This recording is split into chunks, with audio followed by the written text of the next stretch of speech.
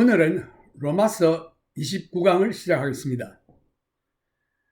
로마서 8장을 시작하겠는데 그 내용이 죄에서 해방되고 그리고 은혜의 생활을 이제 하는데 승리의 생활을 우리가 이제 할 수 있게 되었습니다.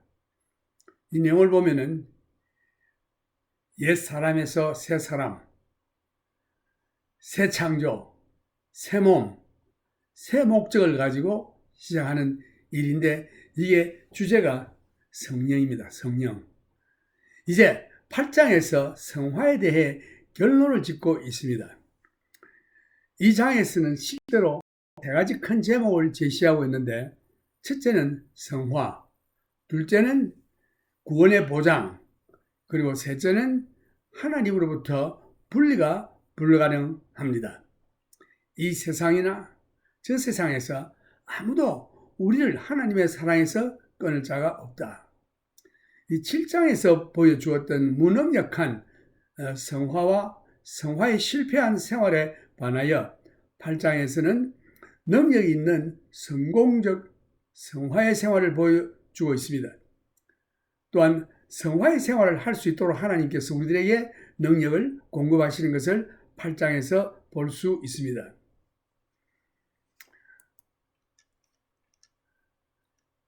이 스펜스라는 성도는 말하기를 성경이 반지라면은 로마서는 반지에 붙어있는 보석이요.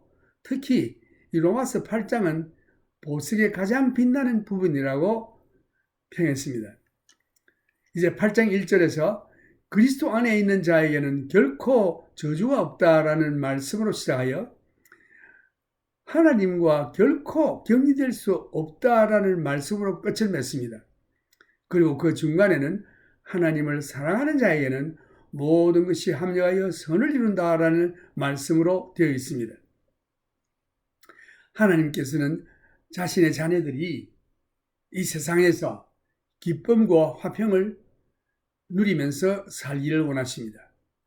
사람은 죄악이 존재하는 세상에서 하나님을 위해서 삶으로 인해서 그들의 마음속에 천국이 임재하여 천국에서 누리는 그리스도의 기쁨과 화평을 이 땅에서도 누리며 살게 하기를 원하십니다. 바로 이것이 하나님의 교회인 것입니다. 우리의 중생한 새로운 영은 능력이 없고 옛사람에게는 선한 것이 하나도 없다는 것을 우리는 잘 알고 있습니다. 그러면 하나님의 자녀들이 어떻게 하나님을 위하여 살 수가 있는가? 바울은 외부에서 도와줄 것을 부르짖고 있습니다. 자기 힘으로는 할 수 없는 것을 깨닫고 오라 나는 공고한 사람이로다 이 사망의 몸에서 누가 나를 건져내랴. 로마서 7장 24절. 다른 말로 한다면 누가 나를 하나님 말씀대로 살 수 있도록 할 수 있을 것인가 라는 외침인 것입니다. 또한 이 장에서는 성화에 관한 성령의 역사를 우리에게 소개하고 있는데 성령이란 말이 8장에서 이 로마서 8장에서 19번이나 명시되고 있지만 8장까지는 단지 2번밖에 언급되지 않고 있습니다. 로마서 5장 5절, 7장 7절 말씀, 그리고 이 서신에서는 삼위일체의 역사도 볼 수 있습니다. 하나님 아버지는 창조에서 역사하시고 로마서 1장 1절에서 3장 20절까지, 그 다음 둘째는 하나님 아들은 구원에서 역사하시고 구원의 사역, 로마서 3장 21절에서 7장 25절 말씀까지, 그리고 셋째 번은 하나님 성령은 성화에서 역사하십니다. 이것은 로마서 8장 1절에서 39절까지. 이제 로마서 8장에서 우리는 성령의 역사로 참된 성화를 보게 됩니다. 하나님을 기쁘시게 하는 삶은 성령의 능력 안에서 사는 생활이어야만 합니다. 바울이 에베소에 있는 성도들에게 술 취하지 말라. 이는 방탕한 것이니 오직 성령의 충만을 받으라. 여기 에베소 5장 18절 말씀을 말씀드리는데 여기에 성령 충만을 받으라 하는 이 그 원의 뜻이 현재형입니다. 영어로 말한다면 being filled with the Holy Spirit. 한 번만 아니고 계속해서 성령 충만이 있어야 합니다. 어떤 사람들은 내가 옛날에 뭐 성령 받아가지고 뭘 했다는 둥, 어떻게 느꼈다는 둥, 이런 말을 자꾸 하는데, 그건 옛날이고, 지금 현재, 미래, 이것이 중요합니다. 현재 내가 성령 충만을 받고 있느냐, 이제 미래에도 내가 성령 충만으로 살 것인가, 이것이 중요한 것입니다.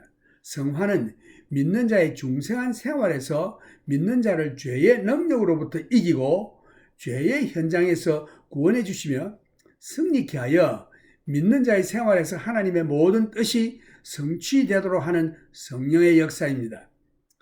그래서 8장 1절에서 11절까지는 죄와 사망에 대한 성령의 승리를 나타내고 있습니다. 그래서 8장을 구분해보면 한 5가지로 구분할 수 있는데, 첫째, 1절에서 11절까지는 죄에서 자유함을 얻는 것입니다. 특히 2절에서. 그리고 12절에서 17절까지는 하나님의 양자됨을 선언하십니다. 15절 말씀. 그리고 18절에서 25절 보면은 부활의 새 생명의 능력으로 살게 하는 것입니다. 23절 말씀. 그리고 26절에서 30절 말씀을 보면은 성령이 우리를 위하여 친히 간구하신다. 26절 말씀. 여기에 친히 성령께서 우리를 위하여 간구하신다. 여기에서 참 기도하기를 쉬지 말며 우리는 계속 기도함으로 성령님과의 교제를 가지고 성령의 음성을 듣고 순종하며 살아가는 성령 충만한 생활. 그 다음 5째는 31절에서 39절 말씀 보면 구원의 절대적 안전 보장, 특히 38절과 39절 말씀. 이제 이 8장의 열쇠의 말씀은 성령입니다. 로마서 8장 1절 보면 그러므로 이제 그리스도 예수 안에 있는 자에게는 결코 정죄함이 없나니, 이 사람은 육을 쫓지 않고 영을 쫓아 행한다라고 4절 말씀에 나옵니다. 그런데 킹 제임스에 보면은 계속해서 한국 성경 말씀에 없는 그 말씀이 육을 쫓지 않고 영을 쫓아 사는 자라는 말씀이 그 1절에서 후반부에 나옵니다. 자유함을 얻은 배후의 참된 원인은 성령의 능력이요, 2절 말씀. 그 다음 그리스도의 사역인 것입니다. 3절에서 4절 말씀. 여기서 주된 말씀은 그러므로 이제 그리스도 예수 안에 있는 자에게는 결코 정죄함이 없나니, 이 말씀은 육을 쫓지 않고 영을 쫓아 사는 자. 킹 제임스에 보면은 이 한국 성경의 1절 말씀에 이 말이 빠져 있습니다만은 who walk not after flesh but after the spirit. 이것은 곧 그리스도 예수 안에 있는 자에게는 결코 정죄함이 없나니, 그 괄호 안에 들어있는 이 말씀은 한글 성경에 빠져 있지만서도 성령의 인도하심을 따라 사는 자, 육신을 쫓지 않고 성령을 쫓아 사는 자. 그래서 예수 믿는 자의 그 세 가지 단계가 있죠. 첫째는 예수 믿고 중생함을 얻었고, 그 다음 둘째 단계는 자기가 살아버리고, 예수 믿을 때에 중생한 영과 옛사람이 같이 내 속에 살고 있는데, 이 옛사람이 자꾸 자기 주장을 합니다. 그래서 예수 믿었지만 항상 넘어지는 상태에 있는데, 이것은 왜냐? 그 중생하던 새 사람에게는 이 육신을 제어하고 하나님 뜻대로 살 능력이 없어요. 그 영은 깨끗한데. 그래서 우리가 셋째 단계로서는 우리가 성령의 능력을 받아 이 육을 죽이고 성령의 인도하심을 따라 사는 성령의 인도함을 따라 사는 자. 그래서 갈라디아 2장에도 보면은 그런 말씀이 있죠. 성령을 쫓아 행하라. 그리하면 육의 욕심을 이루지 아니하리라. 그래서 여기서 주된 생각은 이 장엄한 말씀, 비교할 구절이 없습니다. 이것은 우리의 행함에 달려있는 것이 아니며, 또한 이 말씀은 그리스도 안에 있는 모든 사람들에게 적용이 되는 것입니다. 이제 그리스도 예수 안에 있는 자들에게는 결코 정죄함이 없나니. 근데 이게 키포인트가, 중요한 열쇠가 예수 안에 있는 것이 무엇이냐, 어떤 상태냐. 그래서 그리스도 안에 있다고 하는 것은 예수 믿고 성령으로 중생한 사람은 새로운 창조를 받아 성령이 그 속에 임재하고 계신다는 뜻입니다. 그 주 안에 거한다고 하는 것은 우리에게 주신 성령으로 말미암아 예수님이 우리 안에 계시는 것입니다. 그것이 요한 1서 3장 20절 말씀에 잘 나와 있습니다. 우리에게 주신 성령으로 말미암아 그리스도께서 우리 안에 거하신다. 그 성령이 내 속에 내재하실 때에 그리스도가 내 속에 계십니다. 삼일체 원리에서 하나님 아버지, 하나님 아들 예수님, 하나님 성령님, 성령님이 내 속에 계실 때 하나님 아버지, 하나님 아들 예수 그리스도도 내 속에 계시는 것입니다. 그리스도 안에 있는 자에게는 결코 정죄함이 없게 되는 것은 오로지 예수 그리스도 안에 있을 때만이 가능합니다. 하나님은 우리가 예수 안에 있는 것으로 만족하십니다. 예수 안에 있으면 성령의 인도하심을 따라 살게 되는 것입니다. 이것은 죄로 인하여 내가 아무 가치가 없다고 생각되거나 계속하여 실패함으로 높은 이상적인 그리스도인으로서의 표준의 삶이 구호에 지나지 않는 절망적인 상태에 이를 때에 고통과 번민으로 마음이 좌절되어 있는 영혼에게는 말할 수 없는 위로와 마음의 안정을 주는 말씀입니다. 예수 그리스도 안에 있는 자에게는 결코 정죄함이 없느니라. 예수 그리스도 안에 있으면은 자동적으로 성령의 인도하심을 따라 살게 되는데 혹시 내가 쓰러져서 연약하여 넘어진다 할지라도 내가 예수 밖으로 나간 것은 아니고 예수 안에 있는데 예수님과의 교제가 순간적으로 끊어지는 것입니다. 왜? 죄 때문에. 하나님은 어둠과 도저히 함께 할 수 없기 때문에 우리가 범죄하면은 그 펠로십, 사귐이 일시적으로 잘라지지만 내가 예수 밖에 나가 있는 것은 아닙니다. 나는 아직도 예수 안에 있습니다. 하나님께서는 예수 그리스도 안에 있는 우리를 보시기 때문에 우리는 모든 저주에서 자유함을 얻은 자로 보시게 되는 것입니다. 왜냐하면 우리가 예수 믿을 때에 예수께서 우리가 받을 모든 저주를 이미 받으셨기 때문입니다. 예수 안에 있는 자에게는 내릴 저주가 이제 없습니다. 그러므로 이제 그리스도 예수 안에 있는 자에게는 결코 정죄함이 없나니라고 하나님께서 말씀하셨습니다. 그런데 내가 예수 믿고 예수 안에 있는데 성령이 내 속에 계시는데 아직도 육이 내 속에 도사리고 있기 때문에 이것에 유혹에 의하여 내가 일시적으로 넘어질 때에 어떻게 하면 되느냐? 고백하면 됩니다. 하나님, 내가 실수했습니다. 용서해 주십시오라고 confess, 고백. 만일 우리가 우리 죄를 고백하면 하나님은 미쁘시고 의로우사 우리의 죄를 용서해 주시고 모든 불의에서 깨끗게 해 주시니라. 요한 1장 9절 말씀이 있죠. 이것은 성도들에게 하신 말씀입니다. 예수 안에 있는 자들이 하시는 말씀입니다. 죄 안 짓고 우리가 예수님과 같이 완전히 그렇게 되어질 수는 없는 것입니다. 날마다 예수의 형상을 닮아 가는 것이죠. 이것이 성화의 생활입니다. 어떤 사람은 그러나 나는 아주 저주받은 것 같아라고 생각하는 자가 있어요. 한탄할지 모르나? 왜냐하면 자기가 참 예수 열심히 믿다가 혹시 실수하여 넘어질 때가 있습니다. 거짓말을 한다거나 어떻게 자기 본의 아니게 원치 아니하는 일을 행했을 때 마음에 심한 가책이 옵니다. 그것은 성령이 내 속에 계시다는 증거입니다. 그런데 여러분들이 어떻게 느끼느냐가 중요한 것이 아니라 하나님께서 어떻게 말씀하셨는가라는 것이 중요한 것입니다. 하나님께서는 죄로 인하여 영원히 멸망할 수밖에 없는 나를 보실 때에 부활하신 예수 그리스도 안에 있는 나를 보시는 것입니다. 마치 철장 뒤에 있는 죄수가 심판대 앞에서 눈이 멀어 보지도 못하고 귀가 먹어 듣지도 못하므로 판사가 무죄 석방이라고 선언할 때에 이제 나는 사형 선고를 받는구나 라고 절망적인 생각을 할 수 있겠지만 왜? 눈이 멀었고 귀가 어두워서 듣지 못하기 때문에.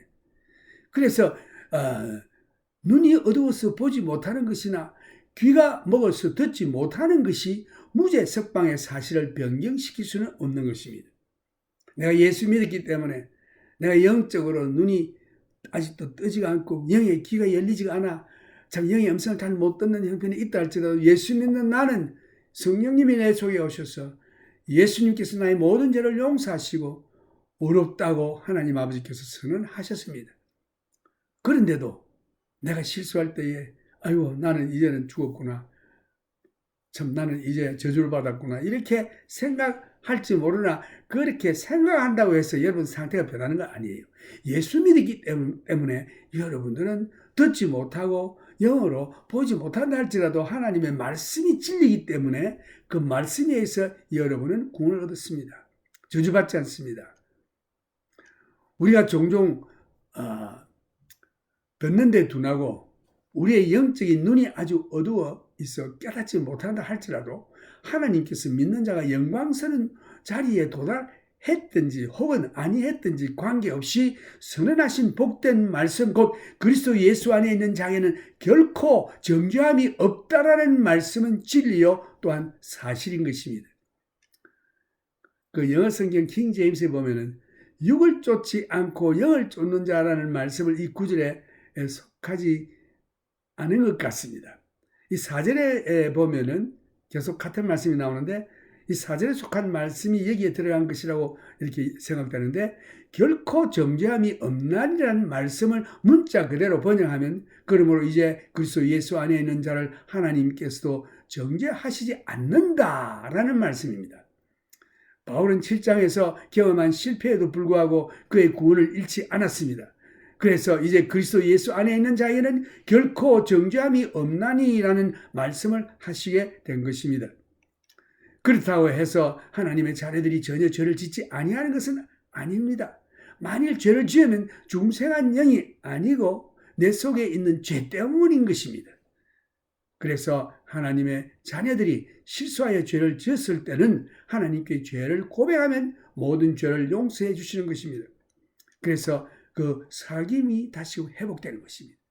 우리가 죄를 지을 때에 하나님과 사귐은 끊어집니다. 내 마음에 기쁨도 없고 기도할 마음도 안 생기고 성경을 생각도 안 생기고 이제 하나님께서 나를 버리신 것 같고 이런 느낌을 가지나 하나님이 결코 버리시지 않고 여러분들이 그 마음속에 가책이 올 때에 성령이 주시는 그 conviction, 가책이 올 때 그 자리에서 그것을 회개하면 됩니다. 고백하면 됩니다. 하나님 용서해 주십시오.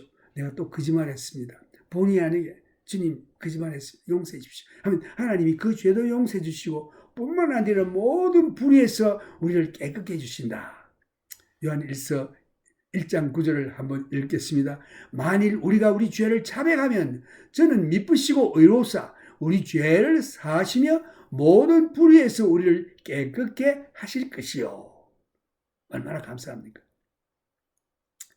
이제 로마서 8장 2절 말씀. 이는 그리스도 예수 안에 있는 생명의 성령의 법이 죄와 사망의 법에서 너를 해방하였습니다. 할렐루야. 여기에 이 두 법칙이 나옵니다. 예수 안에 있는 생명의 성령의 법. 그러면 여러분들이 예수 믿고 믿을 때 중생의 영을 얻어 성령 세례를 받아 성령 안에 거해야 하는 것입니다. 이 성령 안에 있는 생명의 성령의 법. 그 다음 둘째는 죄와 사망의 법.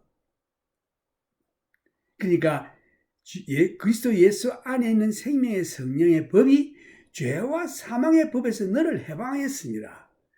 그러니까 예수 믿고 나면 내 속에 두 인격체가 있죠. 하나는 중생한 영.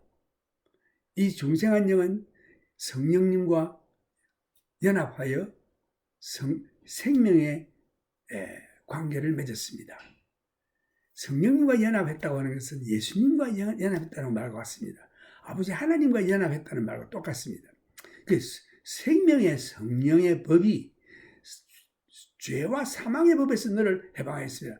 이 예수 믿고 중생을 얻는데 이 육의 사람이 아직도 살아 옛 사람이 도사리고 있어가지고 내가 늘 범죄하고 사망의 법, 죄를 짓는 것입니다. 그럴 때에 이 성령의 능력이 오셔서 성령이 이 죄와 사망의 법에서 우리를 해방시켜 주십니다. 주된 말씀은 예수 그리스도 안에 있는 생명의 성령의 법, 그리고 둘째는 죄와 사망의 법, 이것이 내 속에 있습니다.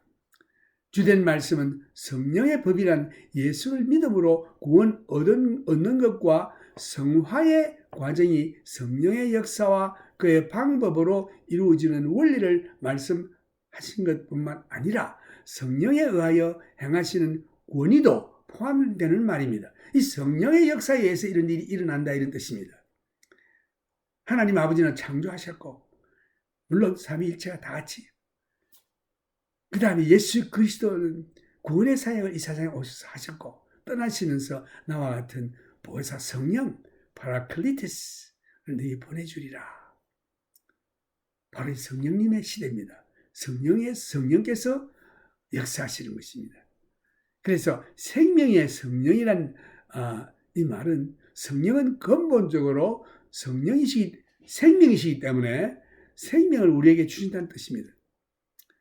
이제 예수 그리스도 안에 있는 이러한 말씀에서 우리가 어떻게 예수 안에 있게 될 수 있는가라는 질문의 답이 바로 요한 1서 3장 23절 24절을 잘 읽어보시면 그의 계명은 이것이니 곧 그 아들 예수 그리스도의 이름을 믿고 그가 우리에게 주신 계명대로 서로 사랑할 것이니라. 여기 보면은 하나님께서 우리에게 계명을 주셨는데 이것이 예수 믿고 형제를 사랑하는 겁니다.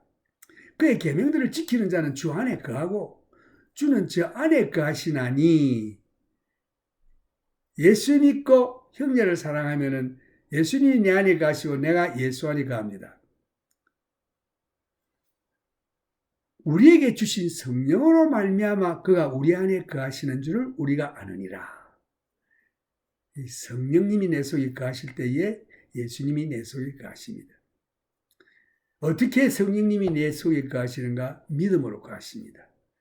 예수님이 어떻게 내 속에 거하시는가? 우리의 믿음으로 거하시는 것입니다. 성령은 예수 그리스도와 완전한 연합을 가지고 있는 것을 말합니다. 삼위일체의 원리에서.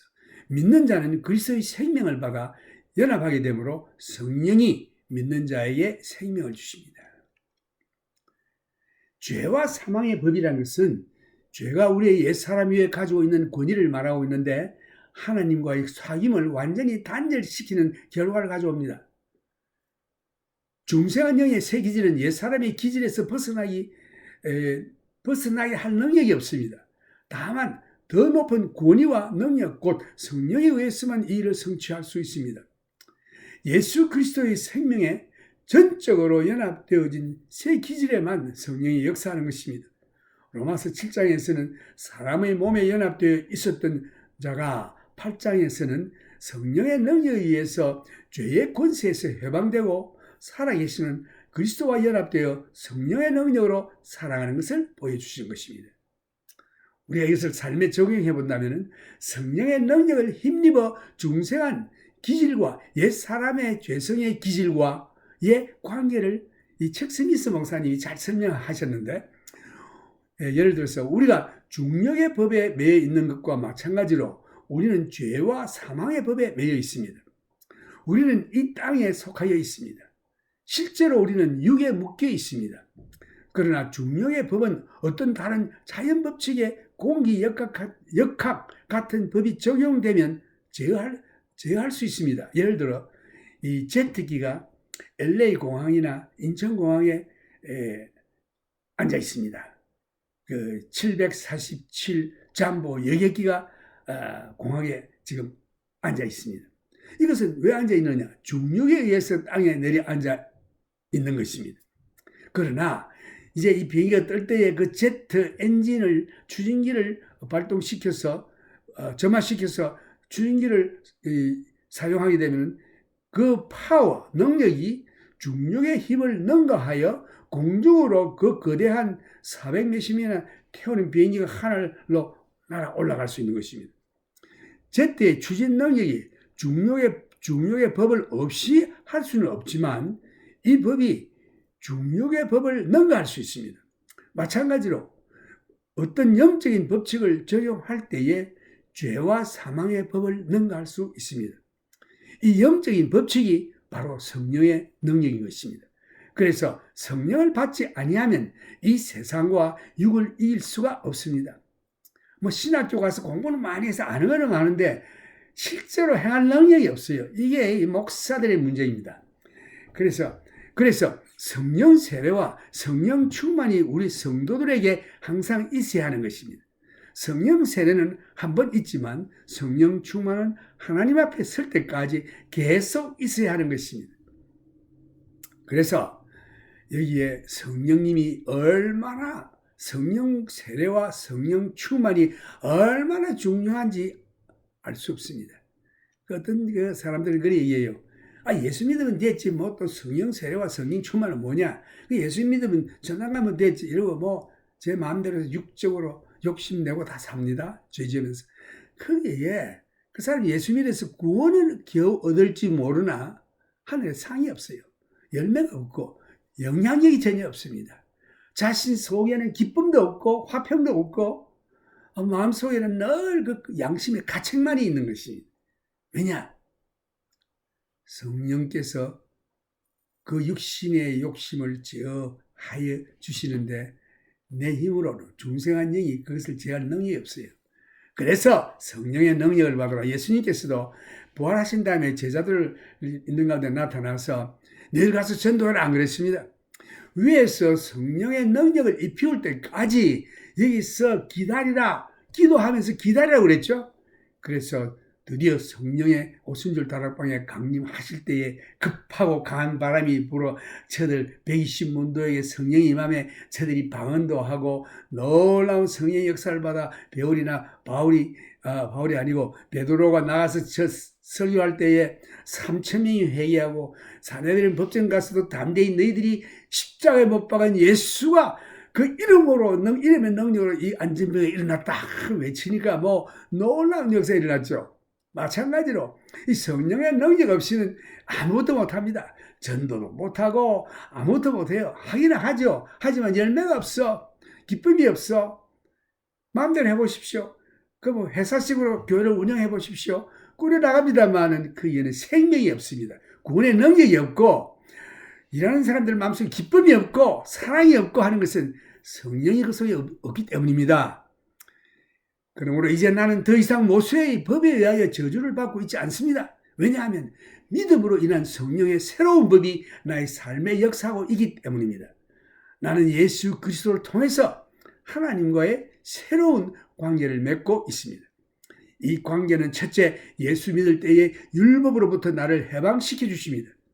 그 다음 둘째는 그리스도 안에 있는 이 새로운 성령의 법이 옛 모세의 정죄하는 법의 효과를 능가하기 때문에, 육신의 정욕을 능가하기 때문에 이제는 나는 하나님 뜻대로 살 수 있습니다. 그래서 성령의 붙들림을 받아 성령의 능력으로 사는 것입니다. 그러므로 이제는 율법의 의미에 사는 것이 아닙니다. 그리스도를 믿는 믿음으로 성령의 인도함을 따라 성령의 능력으로 살아가야 하는 것입니다. 이제는 성령께서 내 모든 생활에 관여하셔서 성령으로 봉사하고 성령으로 기도하고 성령의 인도함을 따라 살아간다는 뜻입니다. 이것이 크리스찬의 열매 맺는 기쁨의 생활인 것입니다. 이것이 하나님께서 우리에게 주의 기쁨으로 채워주시며 화평으로 채워주신다. 예수님께서 그랬죠. 내가 내 기쁨을 너에게 주노라. 내 속에 있는 화평을 너에게 주노라. 그 기쁨과 화평은 하늘의 영광입니다. 하늘에 올라가면 그 기쁨과 화평이 있는데 우리가 이 참 죄가 관영한 이 땅에 살면서도 그 하늘에 가 있는 천국의 기쁨과 영광을 우리가 이 땅에서 맛볼 수 있습니다. 그래서 예수님께서 천국이 너희들 마음속에 이미 와 있느니라 라고 말씀하셨습니다. 이제 3절 말씀. 율법이 육신으로 말미암아 연약하여 할 수 없는 그것을 하나님은 하시나니 곧 죄를 인하여 자기 아들을 죄 있는 육신의 모양으로 보내 육신의 죄를 정하사. 여기 문제가 있는 거 아니? 율법은 거룩합니다. 하나님의 말씀이요 절대적인 선이요 신령한 하나님의 양심입니다. 율법. 이것은 절대적으로 이상이 없어요. 거룩하고 참 신성합니다. 그런데 문제가 있는 거 아니? 육신에 있는 것입니다.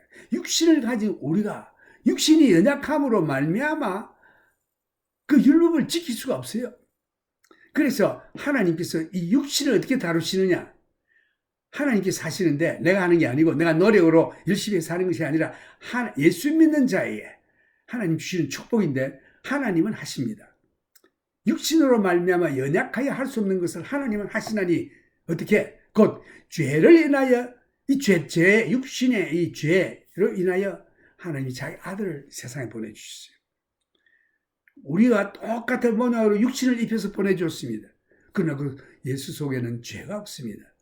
그래서 여기에 곧 죄를 인하여 자기 아들을 죄 있는 육신의 모양으로 보내어 육신의 죄를 정하사. 그 육신의 죄 있는 모양으로 보냈지만 그 속에 계시는 예수님은 죄가 없으십니다. 한 번 더 읽어보면 얼마나 감사한 말씀인지. 율법이 육신으로 말미암아 연약하여 할 수 없는 그것을 하나님은 하시나니 어떻게? 곧 죄를 인하여 자기 아들을, 이 죄 문제거든요. 죄 문제를 어떻게 해결하시느냐? 자기 아들을 죄 있는 육신의 모양으로 보내요.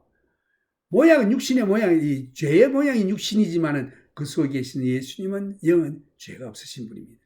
하나님이십니다. 육신의 죄를 정하사, 육신의 죄를 정하사라는 이 말씀은 예수 믿는 모든 인생들의 죄를 그 예수님의 육신에 전부 덮으셔가지고 그 육신을 죽였습니다. 십자가에 못 박아 죽였습니다. 그래서 여기 주된 말씀은 육신을 쫓지 않고 그 영을 쫓아 행하는 우리에게, 그래, 이 육신의 옛사람 이거 쫓으면 안 돼요. 새로운 영, 중생한 영을 쫓아 성령과 연합한 그 중생한 영, 그 성령을 쫓아 사는 우리에게, 이런 뜻이죠. 죄 문제를 자기 아들을 죄 있는 육신의 모양으로 보내어 육신의 죄를 정하사. 이 말씀은 예수 믿는 자의 모든 죄를 예수의 육신에 옮겨 십자가에 못 박아 죽여 죄의 형벌을 자기 아들 예수가 당하게 하는 것이다. 그리하여 죄의 값은 사망이라는 율법을 만족시키는 것입니다. 오, 예수님이 2000년 전에 분이었고 나는 지금 2000년 후의 사람인데 어떻게 내가 그럴 수 있는가? 하나님 앞에서는 시간과 공간이 없어요. 영원하신 하나님은 사건이 중요한 것입니다. 우리는 시간 언제다, 옛날 현재 이러지 얘기하지만 하나님 앞에서는 그 사건이 중요한 것이에요. 예수님은 현재입니다. 예나 지금이나 미래도 항상 하나님 앞에서는 예수님이 현재입니다. 우리만 나중에 태어나서 시간이 옛날이 어떻고 미래가 어떻고 현재라고 말하는데 그것은 하나님 앞에서는 하루가 천년 같고 천년이 하루와 같다고 하신 말씀과 같이 그 시간 관념은 아무 의미가 없어요. 왜? 하나님은 영원하시기 때문에. 하나님은 영원하신 하나님이시요, 전능하신 하나님이시요, 거룩하신 하나님이시기 때문에. 그리하여 죄의 값은 사망이라는 하나님의 율법을 만족시키는 것입니다. 누구에게? 예수 믿는 자에게. 이 주된 생각은 이제부터는 율법의 의를 이루는 데 대한 요구사항은 육을 쫓지 않고 영을 쫓아 행함으로 만족하게 되는 것입니다. 하나님께서 자신의 아들을 죄 있는 육신의 모양으로 보내심으로 새로운 일을 행하실 수 있게 되었습니다. 그리스도는 우리와 같은 육신으로 오셨으나 죄는 없으십니다. 그래서 예수가 죄 없으신 어린 양으로 우리를 위한 희생 제물이 되신 것입니다. 히브리서의 말씀에 잘 나와 있는데 2장 14절에 보면은 자녀들은 혈육에 함께 속하였음에 그도 또한 한 모양으로 혈육에 함께 속하심은, 그러니까 우리를 구원하기 위해서 우리가 가지고 있는 육을 예수님도 혈육에 속하기 위해서, 왜? 우리가 혈육에 속하기 때문에. 그래서 혈육에 속하여 친척이 되는 거죠. 유대법에 그런 법이 있어요. 고엘이라는 법이 있는데 이것은 근친구원이라는 뜻입니다. Kinsman's Redemption. 그 종이 팔렸을 때에 그 근친이 그 돈을 주고 그 사람의 모든 빚을 갚아주고 그 형제를 다시금 자기 가족으로 데려오는 것입니다. 마찬가지로 죄지어 마귀의 종된 우리가 구원을 얻으려면은 우리와 같은 형제, 친척이 와야 돼. 누구냐? 천사도 아니고 어떤 다른 영물도 아니고 예수님이 하나님이신데 육을 입고 우리와 같은 혈육에 속한 한 형제가 되어서 친척이 되어서 우리에게 오신 것입니다. 그래서 여기 보면은 자녀들은 혈육에 함께 속하였으며 그도 또한 한 모양으로 혈육에 함께 속하심은, 그러니까 우리가 혈육을 가지고 하나님의 말씀 불순종함으로 마귀에게 순종하여 마귀의 종이 되어서 영원히 죽게 됐습니다. 사망으로 말미암아 사망의 세력을 잡은 자 곧 마귀를 없이 하시며, 이 사망의 세력을 잡은 자 마귀를 예수님이 없이 하십니다. 또 죽기를 무수함으로 일생에 매여 종노릇하는 모든 자들을 놓아주려 하심이니, 그러니까 이 범죄하여 죽게 된 인생들은 이 죽을까봐 늘 무수하죠. 일생에 매여 종노릇하는, 누구에게? 마귀에게 종노릇하는 이 죄의 종 모든 자들을 놓아주려 하심이니라. 이는 실로 천사들을 붙들어 주려 하심이 아니요 오직 아브라함의 자손을 붙들어 주려 하심이라. 이 말은 사람 곧 아브라함의 자손, 하나님을 믿는 아브라함의 자손, 아브라함과 같은 믿음을 가진 자손들을 붙들어 주려 하심이라. 그러므로 제가 범사의 형제들과 같이 되심이 마땅하도다. 그래서 이 인생을 구원하실 수 있는 분은 사람이라야 합니다. 우리의 친척이라야 합니다. 이는 하나님의 일에 자비하고 충성된 대제사장이 되어 백성의 죄를 구속하려 하심이라. 그래서 예수님이 육신을 입고 세상에 오신 거예요. 우리하고 친척되기 위해서. 이것이 우리의 마음과 몸과 영혼 속에 있는 죄의 뿌리들, 죄성을 제거하는 하나님의 방법인 것입니다. 하나님께서 죄 있는 육신을 못 박아 사형을 시킴으로 죄가 사람 위에서 더 이상 주장하는 권리를 갖지 못하게 하는 것입니다. 하나님께서는 자기 아들 예수 그리스도를 통하여 죄를 다루신 것입니다. 그리스도께서 자기를 낮추시고 우리와 동일시 하셨습니다. 왜? 우리를 구원하시기 위해서. 한 혈통을, 이 혈과 육을 갖기 위해서. 그래서 육신으로 오신 거예요. 얼마나 겸손하신 분입니까? 지금도 성령께서 우리를 죄의 몸에서 구속해 주시는 사역을 하고 계십니다.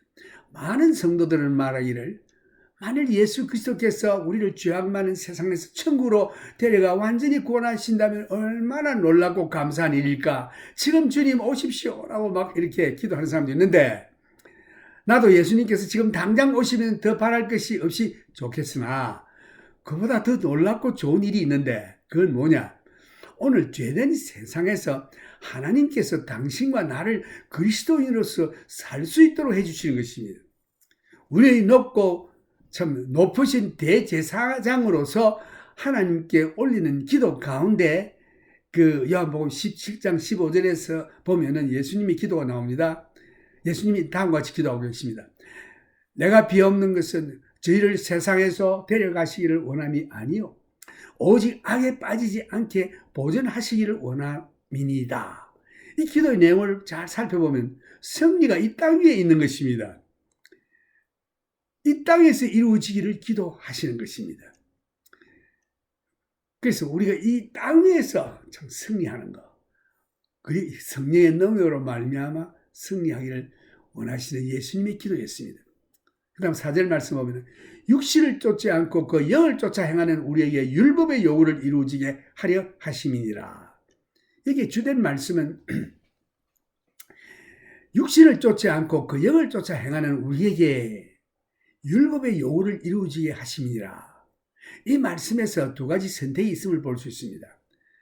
우리가 예수 믿은 다음에 생기는 우리 속에 두 인격을 볼 수 있는데, 하나는 옛사람 육 그대로 있습니다. 육과 그 다음에 새로 중생한 영입니다. 육과 영, 중생한 영.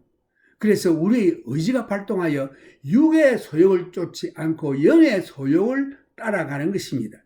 이럴 때에 율법의 요구를 이루는 것입니다. 우리가 율법을 이루는 것이 아니라 우리가 성령님께 순종할 때에 우리가 하는 것이 아니고 실제로 우리 속에 계시는 성령께서 이 율법의 요구를 이루시는 것입니다.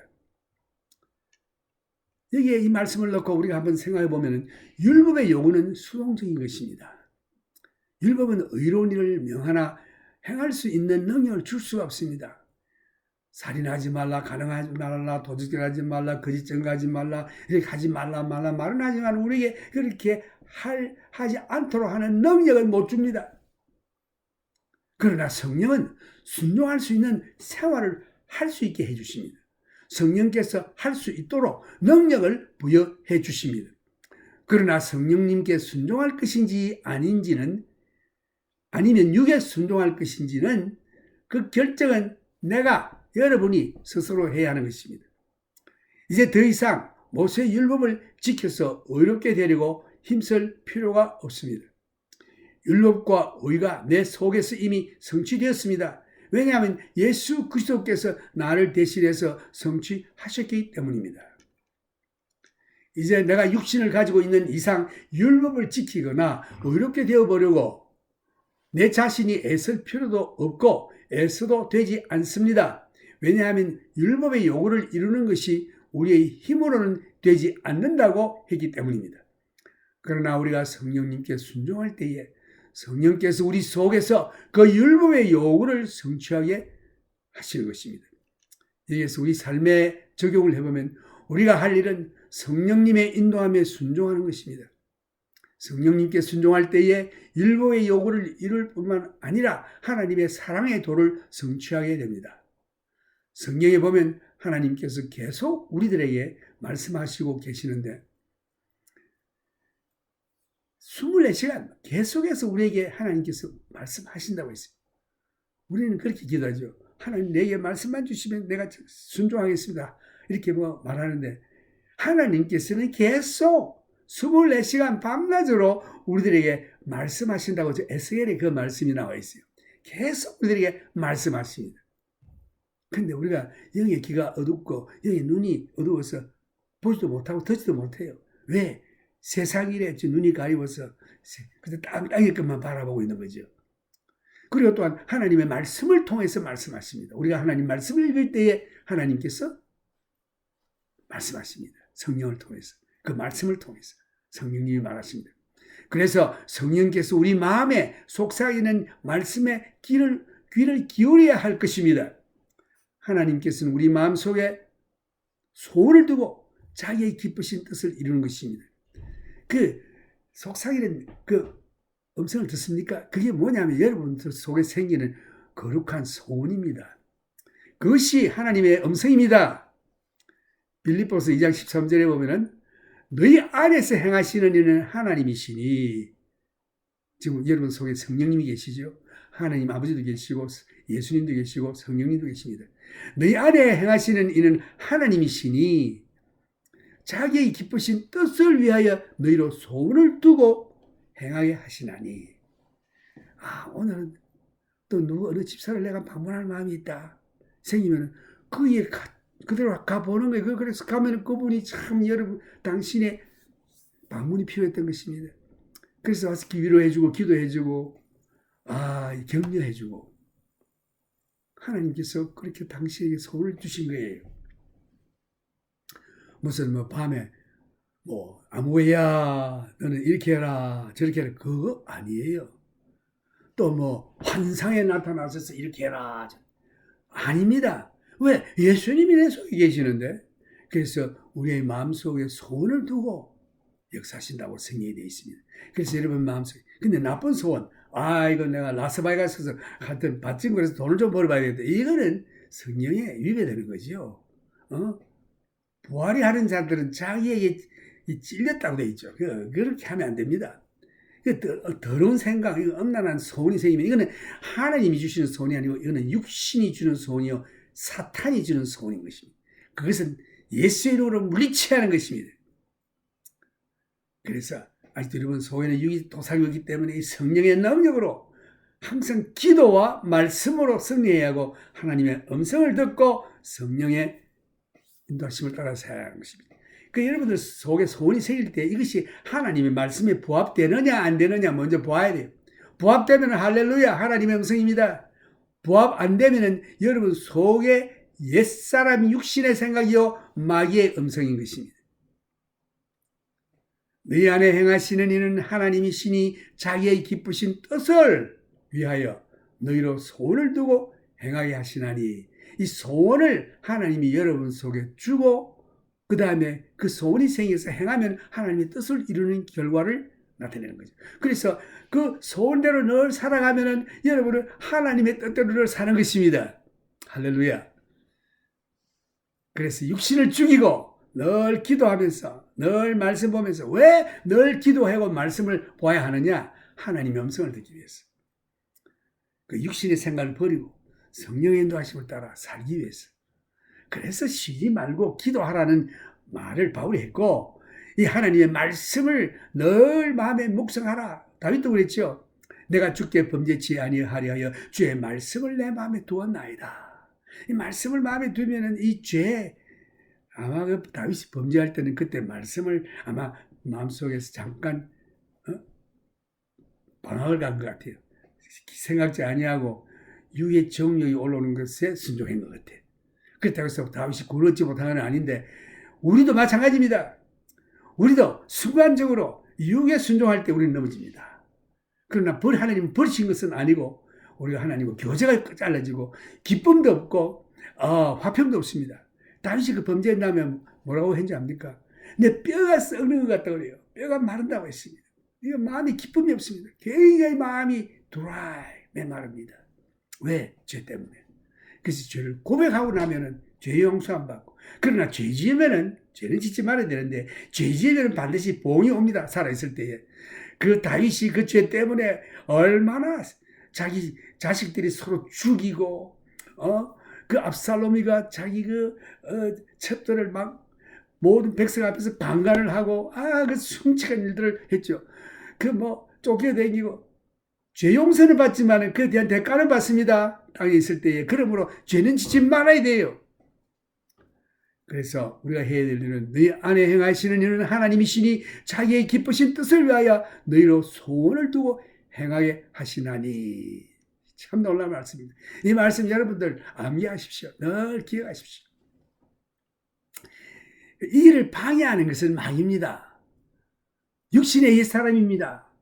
이 세상의 조직들입니다. 이 세상의 환경들입니다. 여러분 TV 틀어보면 그게 얼마나 광고, 육신적인 것, 정욕적인 것 많이 나옵니까?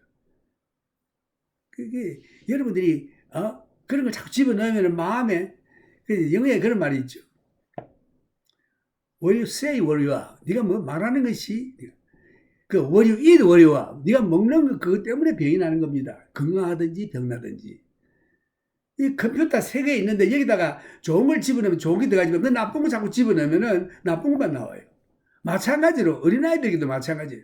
그 어린아이들 마음속에 좋은 말만 하고 좋은 걸 말씀으로 집어주고 선한 말과 은혜로운 말만 넣어줘야지 욕이나 하고 이 한국에 보면은 아이고 내가 어릴 때 보면은 강진아 이 새빠질 자식아 이런 아주 나쁜 말들 막 하는데 이렇게 그 아들 속에 들어가면은 그거 밖에 나오는 거예요. 그 애들 배운 게 그거밖에 없기 때문에.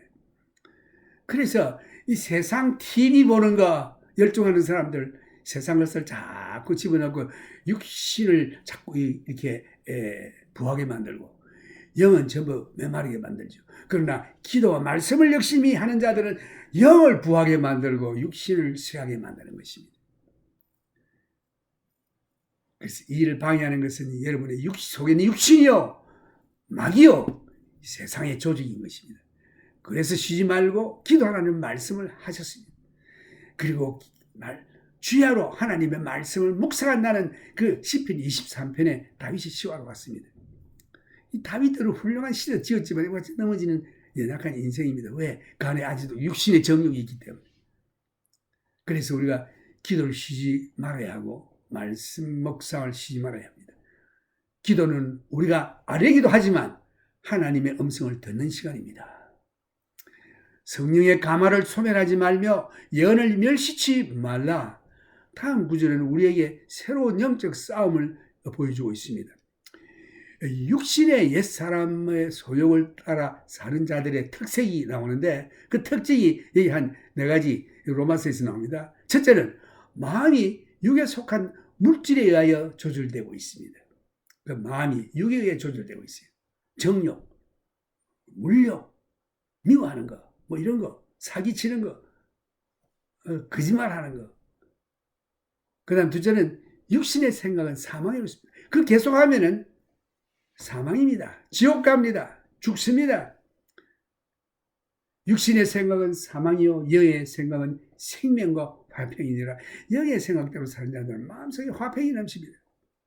그리고 영생이 그 속에 주어집니다. 6절 말씀. 그 다음 셋째로는 육은 하나님과 원수가 되나니 육은 하나님의 법에 굴복지 아니할 뿐 아니라 할 수도 없다고 되어 있습니다. 하나님과 원수된다고 되어 있습니다. 이게 7절 말씀입니다. 그 다음에 육은 하나님을 기쁘시게 할 수 없는 생활을 한다는 것입니다. 8절 말씀. 그래서 육의 사람, 소욕을 따라 사는 자의 특징이 육에 속한 물질에 의하여 조절되고 있다. 육신의 생각은 사망이고 영의 생각은 생명과 화평이다. 육은 하나님과 원수되고 육은 하나님의 법에 굴복지 아니할 뿐 아니라 할 수도 없다. 육은 하나님을 기쁘시게 할 수 없다. 이것이 육의 사람입니다. 다음번에는 여러분들에게 영과 육에 대해서 더 자세한 말씀을 드리고자 합니다. 이제 이 말씀을 제가 영어를 듣는 사람들 위해서 말씀 전하겠습니다. Now I speak this message in English version. Romans lecture chapter 29. Now we're starting Romans chapter 8. The theme is Holy Spirit. The Holy Spirit. Holy Spirit set us free through the Word of God. The triumph of grace. The main theme is the new man, the new creation, the new body, new purpose. This chapter brings us to the conclusion of sanctification. In fact, it presents three great subjects. Number one, sanctification. Number two, security. Number three, and no separation from God. You know, when you look at the book of Romans chapter 8, the first part, there's no condemnation in Christ. No condemnation in Christ. The last one, no separation from the love of God. And in middle, all things work together for good to those who love the Lord and called according to his purpose. All things work together for good. Even though you think it's bad, but it's good for you. That's what the Roman chapter. Those who are in Christ, no condemnation, no separation from the love of God, and all things work together for good to those who are called according to his purpose. Here it is a powerless sanctification in contrast to powerful sanctification in this chapter. We are going to see God's new provision for our sanctification. The Pastor Spencer said, if a holy scripture were a ring and the epistle to the Romans, it's a precious stone. Chapter 8 would be the sparkling points of the jewel. We enter this chapter with no condemnation. We close those that love of God. We find that there is to be given to child of God in this life joy and peace, like in heaven, since the kingdom of God is in their hearts, as Jesus said. Man is to live for God in the very presence of sin. It is God's program. We have seen that the new nature has no power and the old nature has no good. Then how is a child of God to live for God. Paul cried out for outside help. O wretched man that I am, who shall deliver me from the body of this death? This is Romans chapter 7, verses 24. In other words, who is going to enable me to live for God?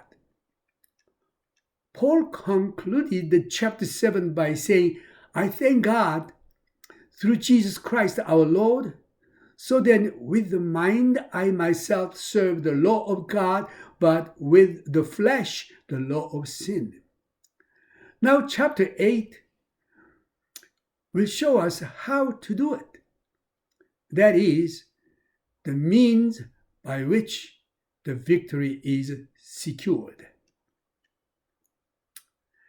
This chapter introduces us the work of the Holy Spirit in sanctification. The Holy Spirit mentioned 19 times in this chapter up to chapter 8. There are only two casual references, Romans chapter 5 and verses 5 and chapter 7 and verses 6. In this epistle, we see the work of the Blessed Trinity. God the Father in creation, Romans chapter 1, verses 1 through 3 and 20. And second, God the Son in salvation. Book of Romans chapter 3, verses 21 through chapter 7, verse 25. Third, God the Holy Spirit in sanctification. Book of Romans chapter 8, verse 1 through 39.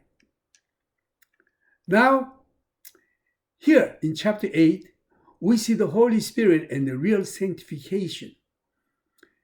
A life that is pleasing to God must be lived in the power of the Holy Spirit. As Paul said to the Ephesian believers, Ephesians chapter 5, 18, and do not be drunk with wine, in which is dissipation, but be filled with the Spirit. Sanctification is the work of the Holy Spirit in the regenerated life of a believer, delivering the believer from the power of sin, even in the very presence of sin, and performing all God's will in the life of the believer. The first 11 verses, the victory of the Holy Spirit over sin and death. So is the paragraphs in this chapter, you could divide 5, number 1, verses 1 through 11, freedom from sin, particularly verse 2, and number 2, verses 12 through 17 is adoption, verses 15. Now, number 3, verses 18 through 25, resurrection, verse 23. And number 4, verses 26 through 30, intercession, and the verses 26 in particular. And verses 31 through 39, security, verses 38 through 39.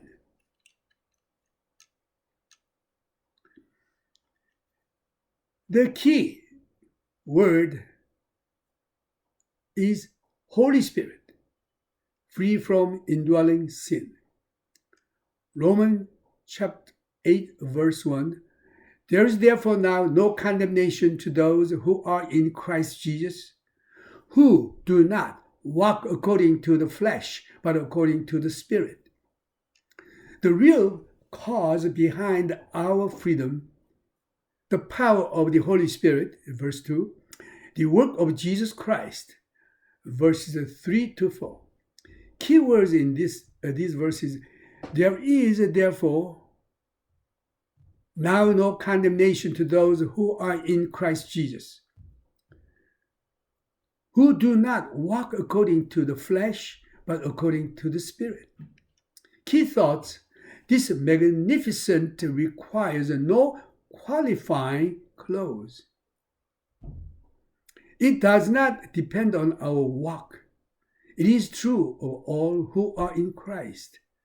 And to be in Him means to be of the new creation.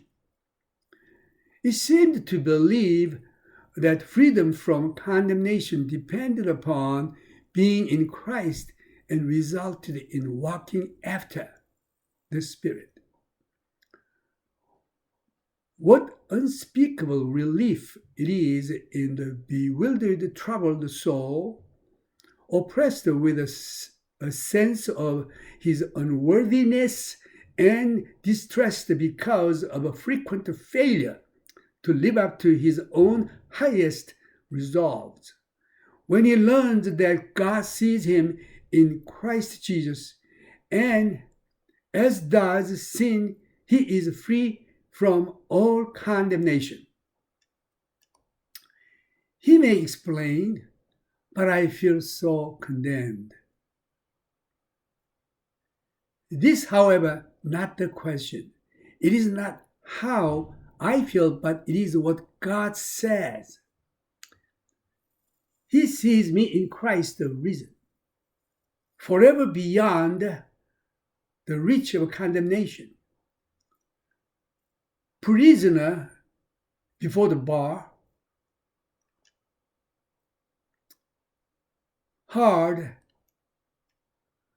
of hearing and dull of the sight, might imagine his doom was being pronounced at the very moment that the judge was given a verdict of full acquittal. Neither blindness nor deafness would alert this fact. And though we are often slow to hear, and our spiritual vision is most defective, the fact remains, and God has pronounced the believer free from condemnation, whether he fully rises to the glorious fact or not. Who walk not after the flesh, but after the Spirit, does not really belong in this verse. Apparently, some scribe picked it up from verse 4, where it belongs. The literal rendering is, therefore, now, not one condemnation. This is the inspired statement that, in spite of a failure that Paul experienced in chapter 7, he did not lose his salvation. There is no condemnation to those who are in Christ Jesus. However, he wasn't enjoying the Christian life. He was a failure. He was a wretched man. God wanted to have joy in his life, and in his very sinful world. Now, verse 2, for the law of the Spirit of life in Christ Jesus has made me free from the law of sin and death. Key words and thoughts. The law of the Spirit means not only a principle of law, but also the authority that is exercised by the Spirit.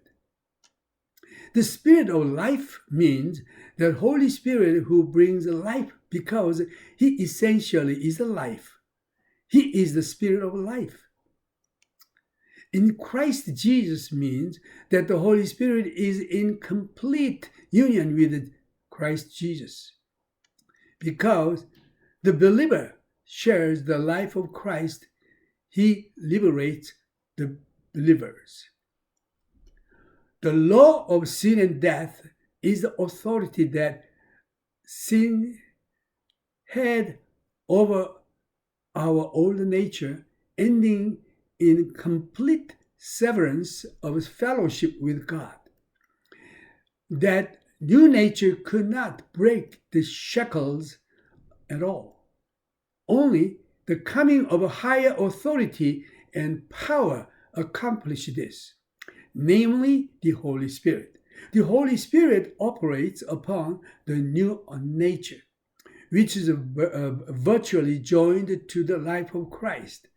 The man in the Romans chapter 7, who was joined to the body of the dead, is now joined to the living Christ. If we apply to these verses to our life, the Pastor Chuck Smith illustrated the relation between spirit-controlled, empowered new nature and the old nature, the following. We are bound by sin and death just as we are bound by the law of gravity. It was holding us earthbound, or more accurately, fleshbound. However, the law of gravity can be overcome by the proper application of certain natural laws, such as the principle of aerodynamics. Though aerodynamics does not negate gravity, but it can overcome its force. Likewise, the application of a certain spiritual law can overcome the law of sin and death. It is the power of the Holy Spirit that can overcome the law of sin and death. I'm no longer condemned by the law of Moses, because the new law of faith operations in my life.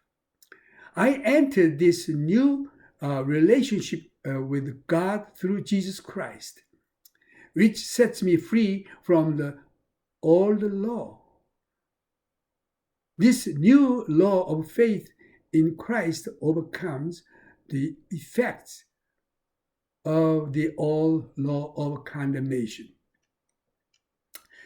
Now, Book of Romans, chapter 8, verses 3, for what the law could not do, in that it was weak through the flesh, God did by sending his own Son in the likeness of sinful flesh.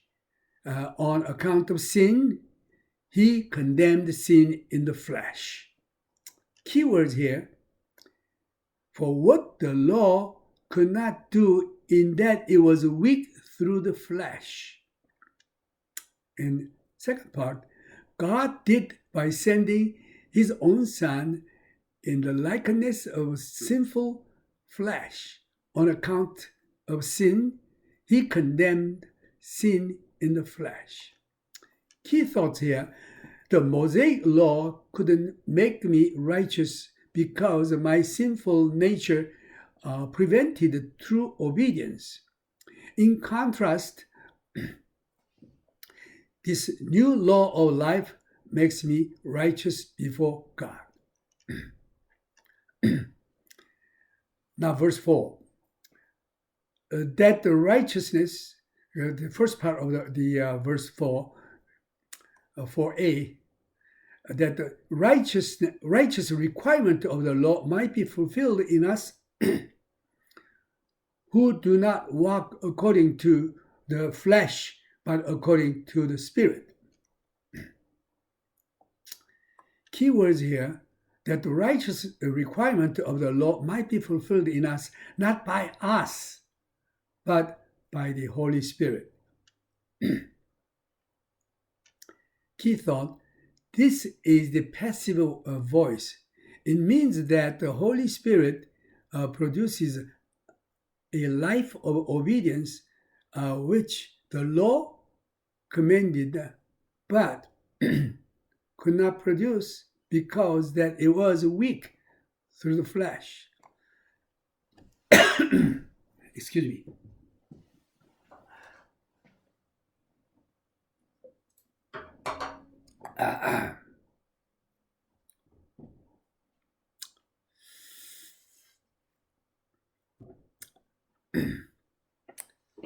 My throat is a little bit dry.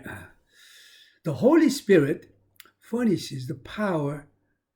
The decision is ours. So,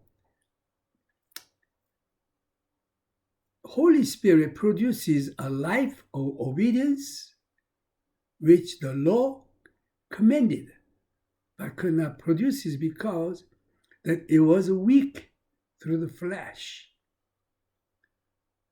However, the Holy Spirit furnishes the power. But decision is ours, whether you obey the Holy Spirit or to flesh. I no longer try to attain my righteousness by observing the law of Moses. The law and its righteousness is fulfilled in me because Jesus Christ has fulfilled for me. Now, second part of verses 4 here, 4b. Who do not walk according to the flesh, but according to the Spirit. Key thoughts here. The requirement for fulfillment, the righteousness of the law are met by living according to the Spirit and not walking after the flesh. God is able to do this new thing by sending his very own Son, his own nature in the likeness of sinful flesh. Christ had the same kind of flesh apart from sin.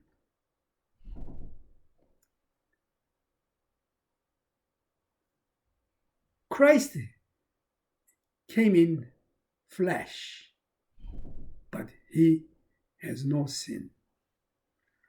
Hebrews chapter 2, verses 14.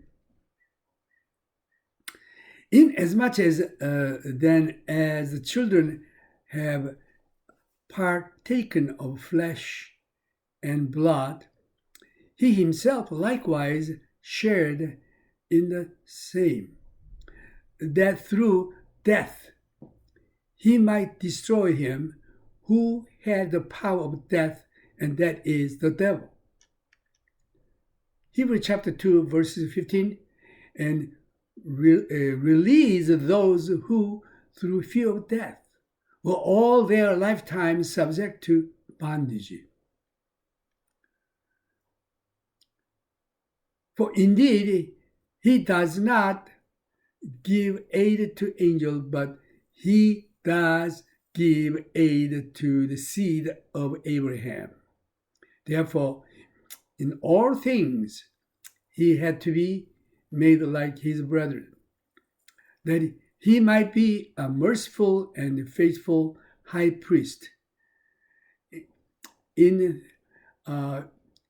things pertaining to God, to make propitiation for the sins of the people.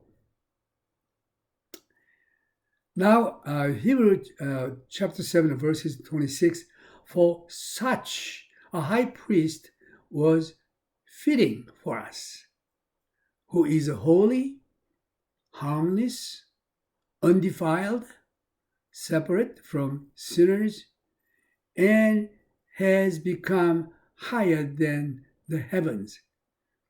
These verses sound like qualification for our Savior. He's harmless, undefiled, separate from sinners, and has become higher than the heavens, yet he's in flesh.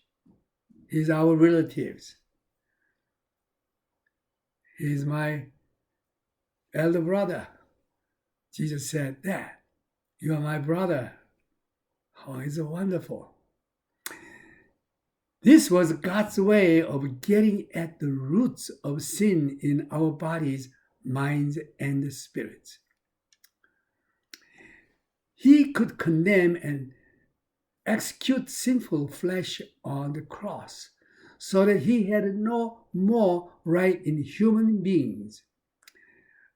God was able to deal with the sin itself. Christ was identified with us. What condescension!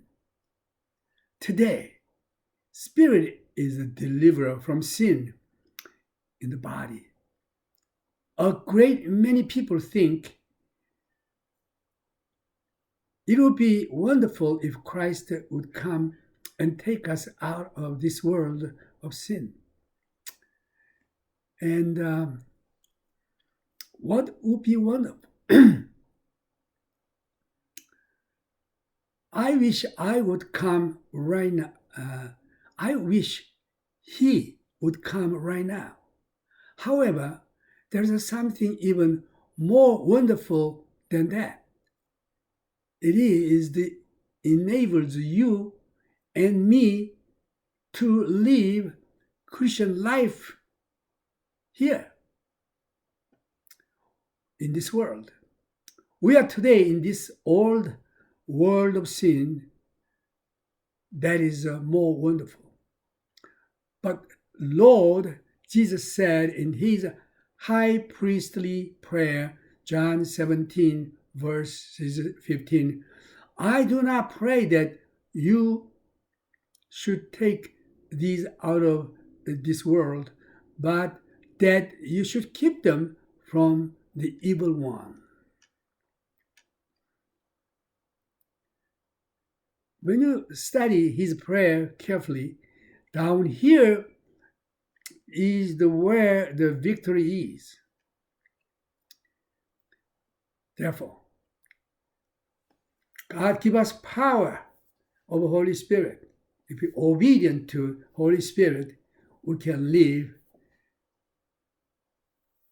the way God wants. And characteristics of those who live according to the flesh. Number one, mind controlled by the things of the flesh. Verse 5. A future faced with death rather than life and peace. Verse 6. A mind unable to submit to God's law. Verse 7. A life that cannot please God. Verse 8. And it becomes enmity against God. God bless you. We just pray that we walk in the Holy Spirit so that we may not fulfill the fruit of the flesh. Now it's praising time.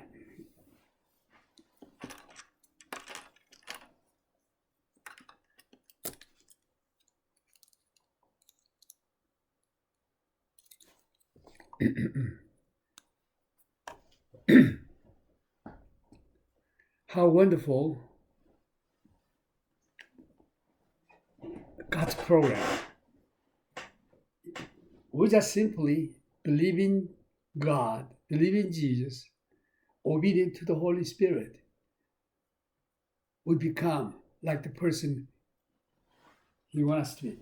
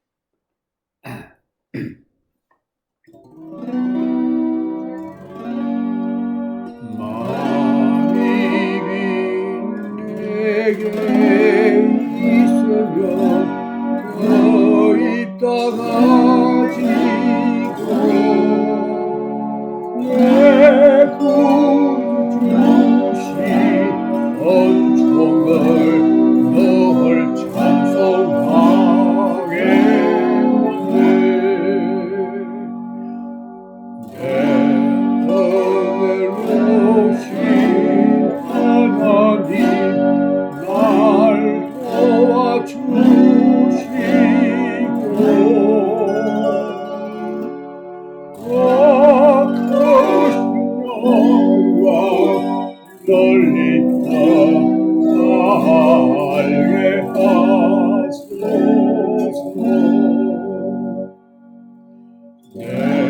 주의 귀한 이름이 날 위로하시고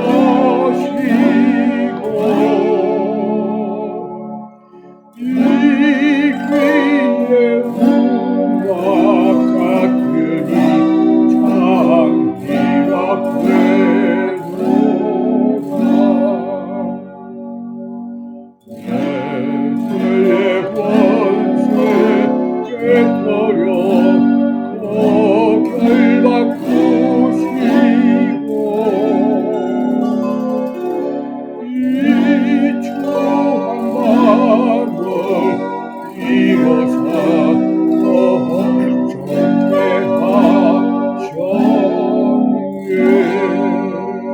정퇴하셨네.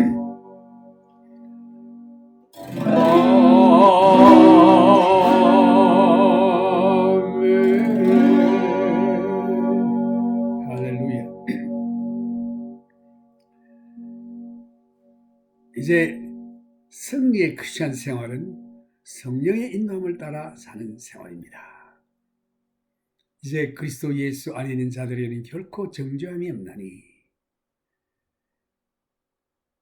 이제 하나님을 사랑하는 자, 곧 뜻대로 부르심을 받은 자들에게는 모든 것이 합력하여 선을 이루느니라. 이제 아무것도 하나님의 사랑에서 끊을 수 없느니라. 이제 주 예수 그리스도의 그 크신 은혜와 하나님의 무한하신 사랑과 성령님의 교통하심이 예수 그리스도를 믿고 계속 성령 말씀에 순종하는 성도들 위해 영원토록 함께 하시기를 예수님의 이름으로 축원합니다. 아멘.